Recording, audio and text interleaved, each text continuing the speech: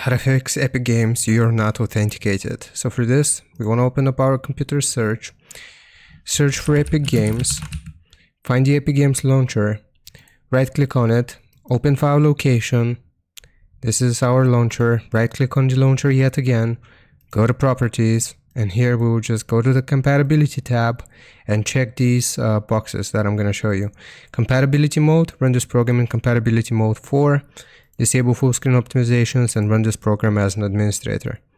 After you have checked these 3 boxes here, click on apply, click on OK, and the next thing that we need to do is go to date and time settings. So click on date and time settings here, and we will have to set time automatically if it's not set automatically, and if it is set automatically, toggle this off. Click on set the date and time automatically, change, and you have to type out or fill out your accurate time for your country here.